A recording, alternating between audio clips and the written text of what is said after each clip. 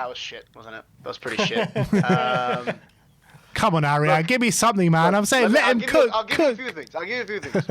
I think the number one thing that people are doing a little too much over is kind of what you just did and what I've seen on Twitter, where people will go on the interview and say, "Oh, Frank said this. He's not."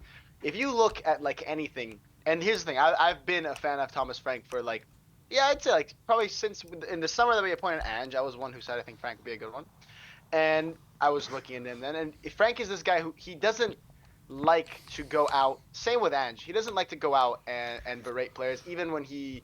If you see like that one video where the Sky Sports was like interviewing him throughout like his day in life at Brentford, he's a guy who's very, very big on like positive reinforcement. That's just his style. That doesn't mean that he doesn't. That doesn't mean that he doesn't see a problem. Like I don't think he's blind. And if you look at Brentford's evolution in the 7 years that Thomas Frank managed them, they went from a side that was a lot more solid. I mean, look at the years that they were in the Premier League, because obviously I'm not going to pretend like I was watching them in the Championship. So in the 5 years they were in the Premier League, first season they were a very, very solid, difficult side to play. Second season they had a massive dip in form until Eriksen came in, and they were a bit more, got a little rejuvenated, managed to survive. And in the 3 years after, they get progressively more progressive. They were more threatening, and I think in the last year we saw they lose Ivan Toney. Everybody's saying this might be the year they go down.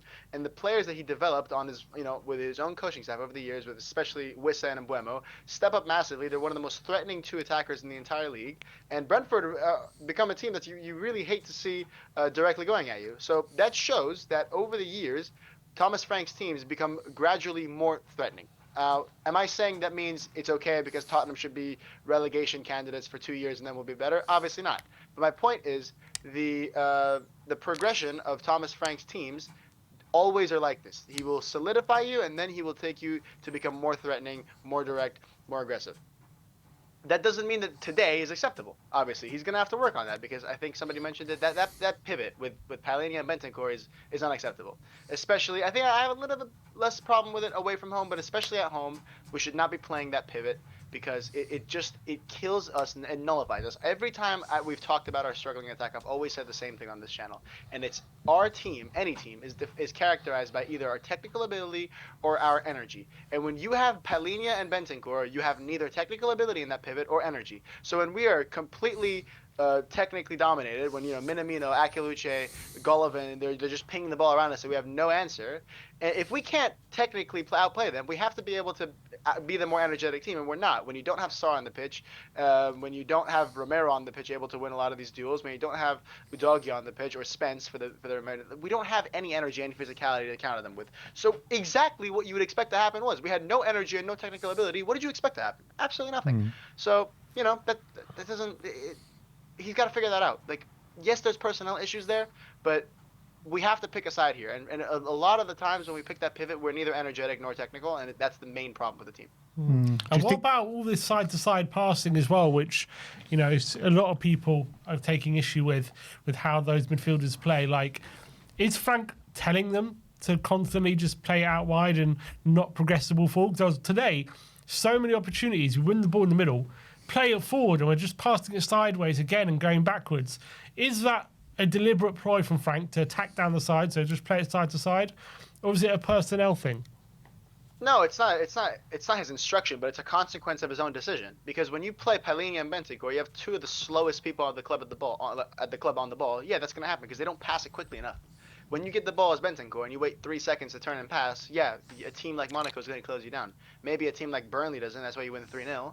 But just to pick you up on that, Arian, someone showed a passing map of Gray and Bergvall in that Burnley game, and it was very similar to what we've seen from Bentancur and Palhinha. I don't know. I don't think it is, because if you look at Frank's best years at Brentford, they've always been a direct side. I don't think that's his instruction. I think it's just a consequence. It's a consequence of his action. I don't think it's his intention. So that's why I'm hopeful that he's going to fix it.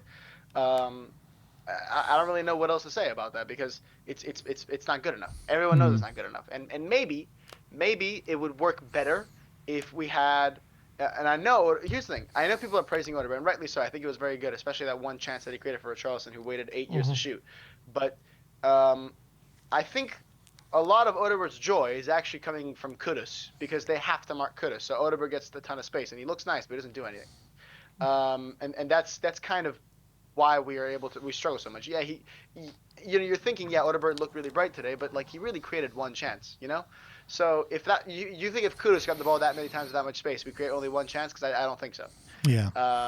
Right, and that's what it is. When you have our biggest threat, which is just Kudus, double marked and just completely taken out of the game because you can just overload him, and you can afford to do that because none of our other players can do anything. And that's why I say we need to wait for personnel, because as much as Frank gets valid criticism, at the end of the day, in a serious Tottenham scene, this version of Odegaard doesn't start. Richarlison doesn't start. I don't think Gray starts at left back. I don't think Bentancur starts. A lot of these players, and Danso doesn't start. 5 players just named in a serious side don't start. And as much as criticism as you want to give Thomas Frank, that's just the reality. We have 5 players that shouldn't be anywhere near a top team. And that's kind of where it starts and ends for me. So, given that Frank's teams have always improved over time, there's not a single season you can point at and say Brentford were better last season than this season. I think that is enough for me to think, look, even though things are bad right now, I trust him to figure it out.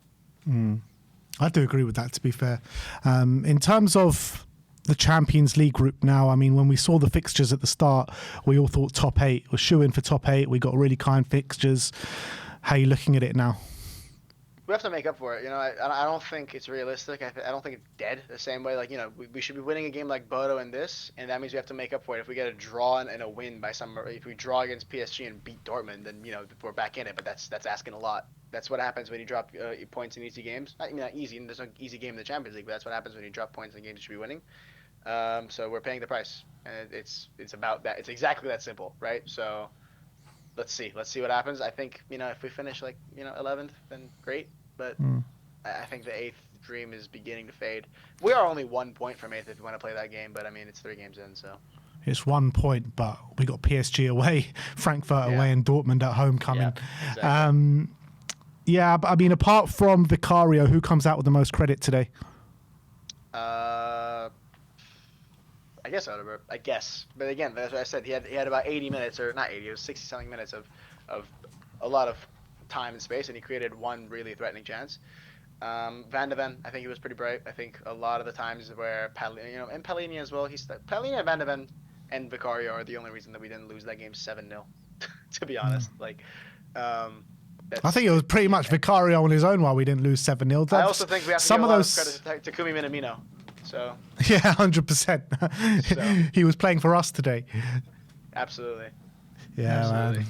But Moani for the number 9 against Everton. Moani, definitely. I mean, I was sick and tired of Richarlison in this game, and which sucks because I've been his biggest advocate for the past 2.5 years, 3 years. I'm just like, it's done, man. It's completely done. He doesn't offer anything. He doesn't offer any threatening hold-up play. He doesn't offer massive aerial threat anymore. He doesn't offer much of anything. And maybe he's off form, but you can't afford to be off form when you're getting. And again, he's not getting that much service, but it's also he's not allowing any progression of the ball. Like every time the ball goes to him and it's not in front of the goal, the play is dead. You can't be in this team if the only time you're useful is in the 6-yard box. You know what I mean? So for me, he was probably next to Johnson the worst player who stepped on the pitch tonight. He seems to have really gone cold on Johnson, hasn't he? He started him quite a lot early in the season.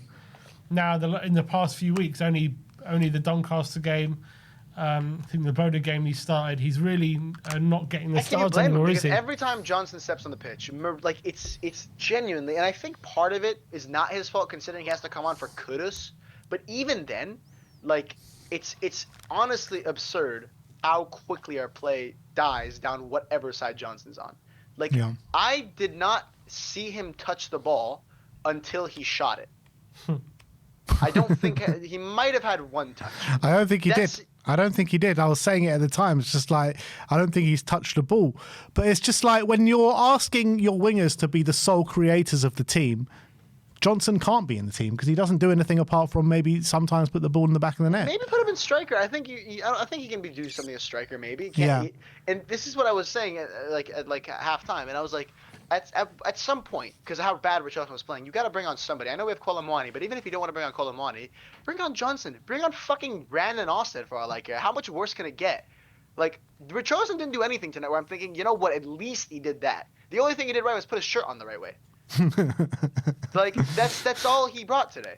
So it was bad, and you know, it can be both where things are bad as a team, but I think they'll get better. That's the only positive I have because that was shambolic. But I think we've seen, like, ironically, the Villa game, like we didn't deserve to lose that Villa game.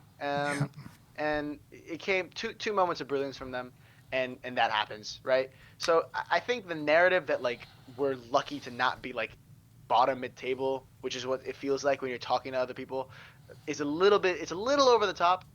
Are we overperforming? Yes. Are we the worst team in the league? No. Are we gonna keep getting worse? Probably not. Do we have major people who are not playing? No Udogi, no Madison, no Kulusevski, no Romero. Like, that's 4 pretty big absences. Matter of fact, I think besides Kudus, if you say name the 4 biggest absences, you'd name those 4 players in order, right? So it's one of those where I think of if there was any time to say, you know what, Frank needs time, right? Any time at all, it's right now because we have 4 massive absences. The January window coming up, and he just started, right? He himself, when he got appointed, said it'll probably take like 9 or 10 months. He said something like that for his entire philosophy to get better into the team. He said that. So at least give him the season and just see where we end up because it's a little over the top. 100%. It's majorly over the top. It's 8 games into the Premier League season. Like, come on. Yeah. But, you know, last 5 games, if you don't take Doncaster into account, only 1 win in all comps with that Leeds away win. Just to actually quickly before you go, are you concerned at all with the performances of Javi Simons? Were you expecting more at this stage?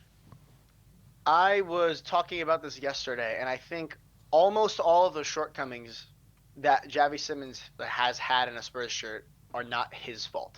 I think, like, even today, I think today was probably his worst performance in a Spurs shirt. Even today, if the one moment that people keep talking about where it's like he had it on the counter and he turned, like, I look at that and I'm thinking, like, where is the movement is so shocking off the ball too, where it's like he has to create, but like if you don't give him a window to create, if you don't give him a space to pass into, like he's handcuffed. And I think the few times where a few nifty things that happened in build-up also came through Simmons. And you guys were watching basically. I remember the video you guys did about the stats about how we're relying on Kudus. Like Simmons is the only other guy that's doing anything besides Kudus anyway. So I think it's more of a case of playing through Simmons as a team than like having right now it feels like we're playing our way and Frank has thrown Simmons as a wild card, say you got to do something else, but no one's on the same wavelength as Simmons. I think we're kind of expecting him to solve all the problems instead of actually like giving him a license and playing through him. We're not playing through him, we're playing in spite of him, you know what I mean? That's what it feels like to me. I think if we were able to kind of fix that and you would give him kind of if we play through him, I think it'll be a lot better. But we're not really allowing him to do that. Like you guys see, we've all seen a screenshot where it's like him in the middle with like 2 islands of players. You know, at that point, you can't blame the player. It'll get better. Again, it's just one of those things that I said that's exactly why he's going to start him on the wing when we first came here against West Ham. I said he's probably going to start him on the wing because being a number 10 is a lot of responsibility. It's you're the identity of the team, you're the heartbeat of the team. It's going to take time to bed in. It's going to take time for the players to play around you. That's just what's happening. You got to wait for him to be able to bed in with the rest of the team, and then you'll get it. But I think if we put him on the left, I think immediately we're going to get a baseline performance from Simmons when you put him on the left. It's a higher ceiling in the middle, but also a lower floor. But if you want a bit more consistency, put him on the left. Every time he's been on the left, he's done kind of something. And I think when he's down the left, actually, Kudus does a little bit more because he's harder to mark than Odegaard, in my opinion. But we'll see. All right. Ariane, always a pleasure, my friend. Thanks for coming on today. I'll see you next time. Thanks for having me. And as always, come on, you Spurs! Come on!